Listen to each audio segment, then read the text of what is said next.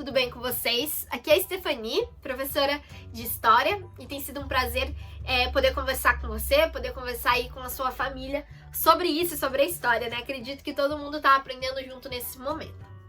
Bom, antes da gente começar, né, esse momento de correção, esse é um vídeo direcionado às orientações. É bom você saber que tudo aquilo que eu tenho conversado com as crianças e tudo aquilo que eu converso com vocês está lá no livro didático de história. E isso ajuda porque a atividade é feita lá, né? E também às vezes surge alguma dúvida da criança e tudo mais, você sabe para onde recorrer.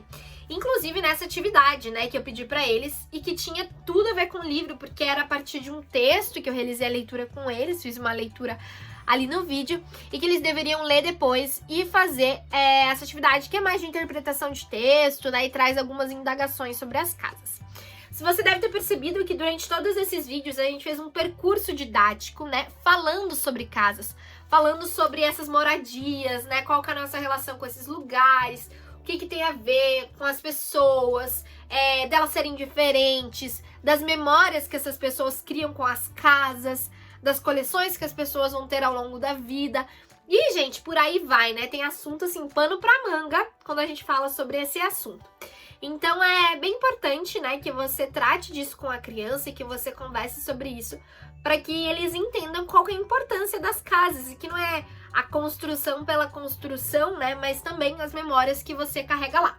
Dito isso, vamos lá para a correção dessas perguntas. Bom, a primeira pergunta que estava lá na página 23 era: como são as casas da Rua do Marcelo, né? Então, a partir do texto, a gente sabe que elas não eram iguais, elas eram bem diferentes, porque ele vai falar um pouquinho das casas, dos sobrados, casas térreas, a diferença no quintal, falar um pouquinho dos prédios. Então, é bem importante que eles entendam isso, né? Que elas são diferentes. E, além disso, as casas, elas são... mesmo que sejam muito parecidas, né? Às vezes tem casas com o mesmo estilo, né? Mesma arquitetura, elas ainda são diferentes por causa das pessoas que moram lá dentro. Isso é bem importante deles entenderem.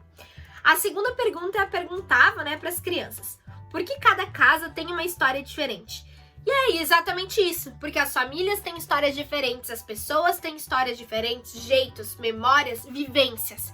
Então é importante você trazer isso.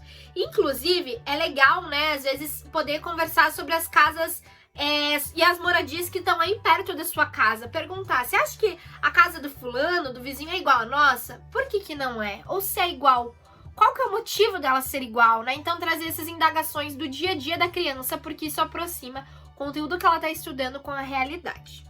A terceira estava pedindo para pintar os desenhos dos diferentes moradias da página, que estão ali em volta do texto, então é bem livre para as crianças.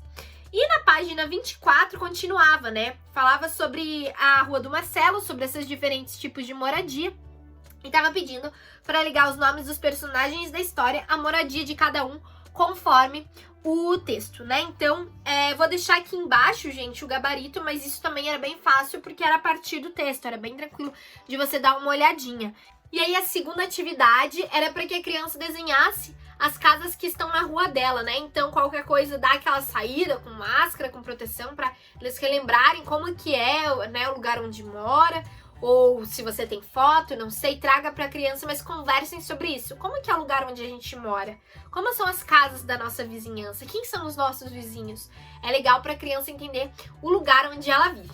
Beleza, gente? A gente se vê no nosso próximo vídeo. Até!